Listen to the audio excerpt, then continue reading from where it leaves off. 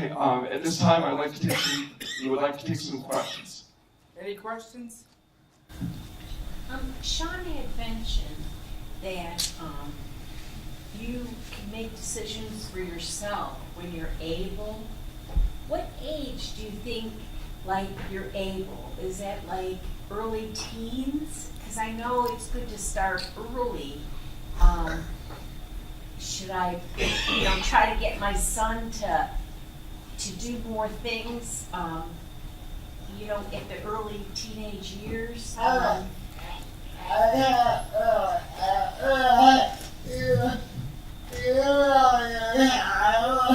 You know your child.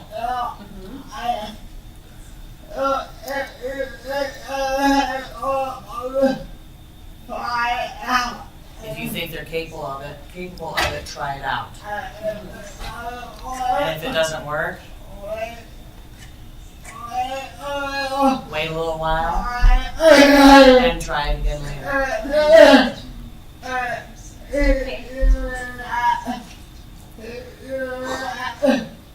Same here. Keep doing that until it works. So I think to sum up what Sean is saying, I think if you're both on the same page and both of you feel that you think it's the right thing to do, absolutely. Anybody else want to comment on her question? We've started with baby steps, like, okay, like you said about letting go. Yeah, I didn't want to let go, so it was like, then one day it was like, his friend's mom said that he makes his own sandwich for lunch. So it's like, okay, well, you try it, And then he could do it.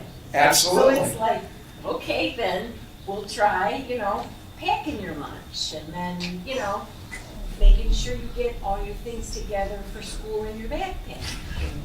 And, it's just, it's hard to let them. Like you said, it's all Do you about. want the mic, Christian?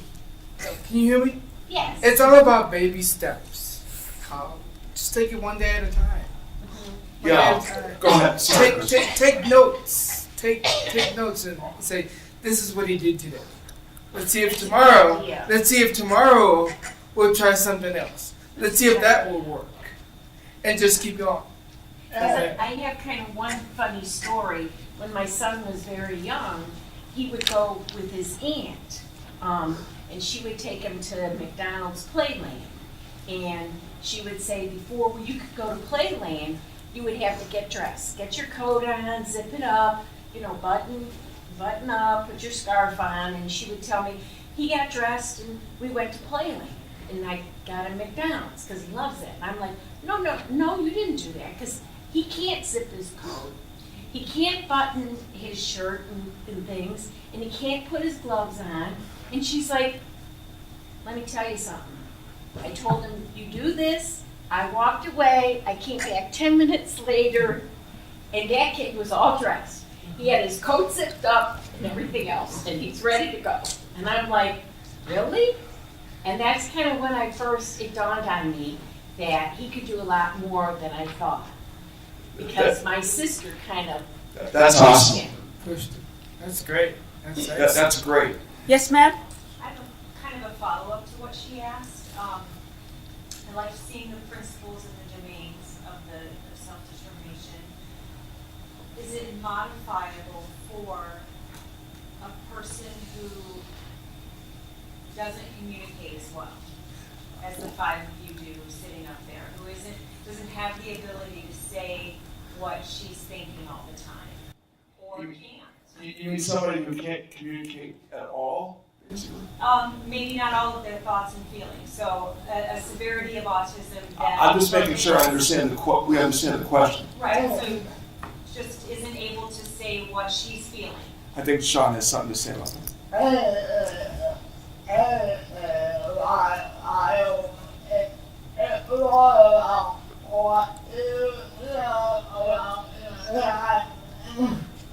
It's more about what you know about your child.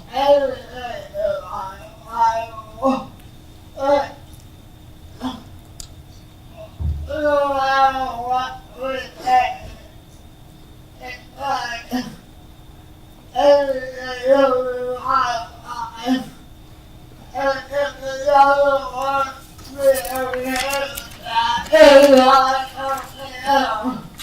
said everything can be modified.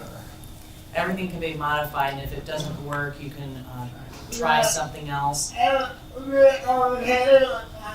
be okay with that. And if I may say something, because I have autism and I wasn't always able to speak, communicate.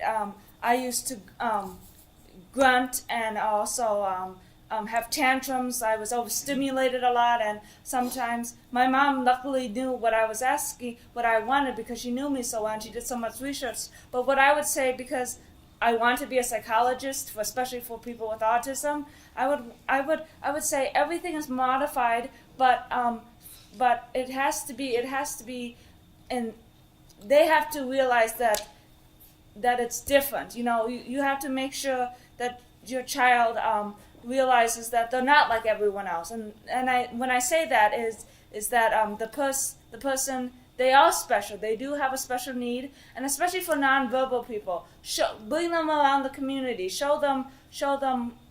Try to socialize them with other autistic people or people like that that either have self-determination or that are in the same boat. But try to get a mixture, because peer-to-peer learning is the best way to learn things. You know, you're not gonna.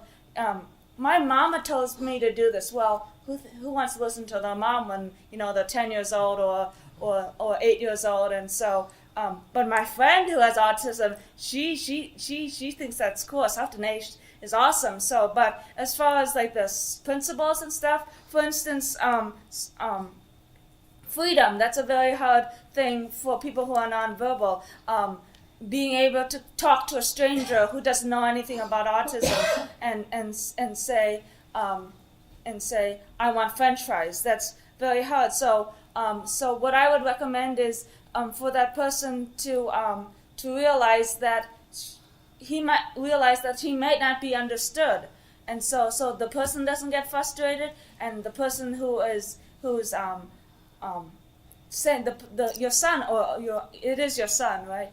One of each. Oh, one of each. Okay, I'm sorry, but one of it is that might not be understood because that opens a door for communication. So I always say, because I know I can't do certain things, and I have a big head sometimes, and so my mom or my support people have to tell me, you can't always do this. You can't get a full-time job because your social relationships are lacking in that area. So if I would suggest that, not to be a downer like you suck or something like that, but more so saying you're going to have trouble maybe communicating with people, strangers, about French fries. So you want to get them thinking creatively, like maybe ask for, like, use hand signals, as far as like one thing that I learned through psychology classes. You do a lot of yes or no questions. You don't ask who, what, where, when, why. You ask yes or no, so they can choose yes, hamburger, or hot dog. Yeah. Hot dog. So things like that. So, but definitely make them self-aware that they have this. Because it's not degrading them. It's making them more aware about self-awareness. So that's part of self-determination. And just, I'm very lucky that I've always been verbal, but there also have been times where I go into full autistic mode. I can't speak, I can't communicate. My best form of it is just hitting my head against the wall because I'm just so stuck in my own body. And it's a terrifying thing to not be able to communicate even the slightest thing. And I'm very grateful that I don't have to go through that full time, but just keep in mind that if that is how your child is, that they can't verbally communicate, they can't communicate maybe the thoughts that they're having that they want really badly to share, that it can be incredibly frustrating and just someplace where they probably want to get out of and they can't. So just coming up with techniques also to kind of recognize that if you ask them a question and they're not able to answer, even that little bit can kind of be like, oh, what am I going to do? Even if you don't, like, I'm not sure the functioning level, but just kind of keep that in mind, that it can be very scary just to be asked a question and not even be able to answer something simple. If I could make another point, I know Sean's heard this from me many times, but I've actually known Sean his whole life. You know, we went to the same PT for a while. We went to preschool together, and you know, I've heard stories where people, you know, assume that he's not. You know, two things. He's not very smart, but the fact is he's very, very smart, and he's proven that to you all tonight. But another point about him is that when somebody first meets somebody like Sean, it's going to be hard. You have to get him to repeat things a number of times. But the fact is, the longer you're with him, the more you know him, the longer you know him, the more you're going to understand him a lot more easily like I do now. But there are still some things I have to get him to repeat, but not as much as I used to when I first became friends with him. But we still hang out like brothers all the time, and you know, but you know, his issues don't bother me, and you know, I guess I'll say the only thing that bothers him is my jokes. Yeah, I think it bothers all of us. That's true. That's basically true. Okay. Any other questions? Yes. How I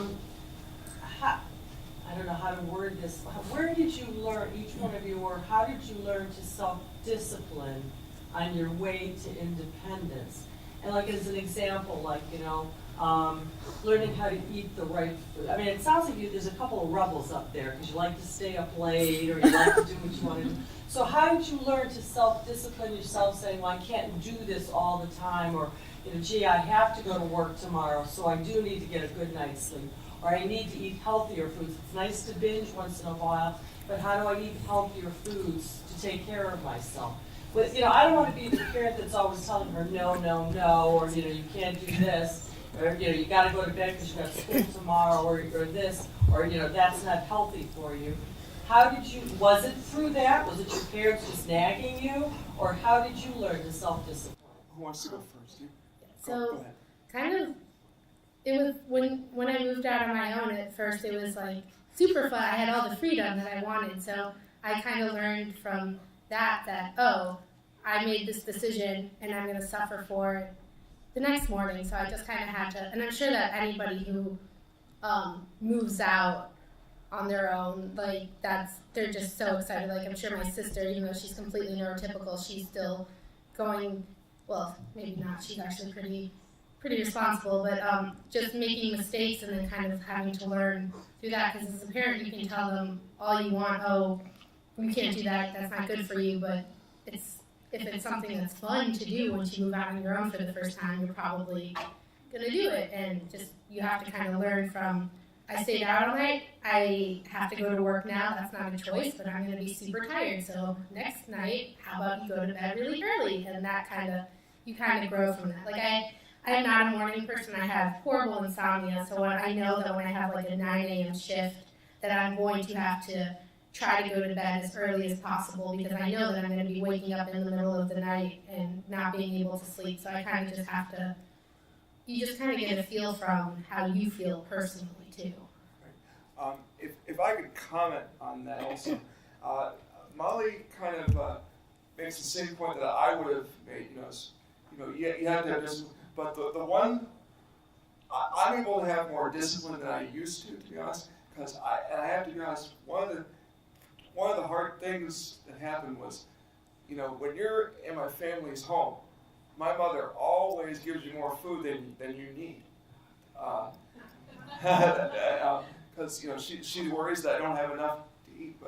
But the truth is, once I moved out, I was able to use that discipline as far as how much I eat. So you asked a very good question. So yeah. And Christian, Grace, you want to comment, Sean? I think we're kind of running out of time. Yeah. Okay. But I'm so sorry. We've been so thorough, I hope.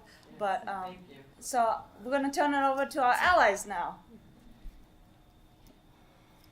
I'm going to ask that our allies come up, please. Thank you.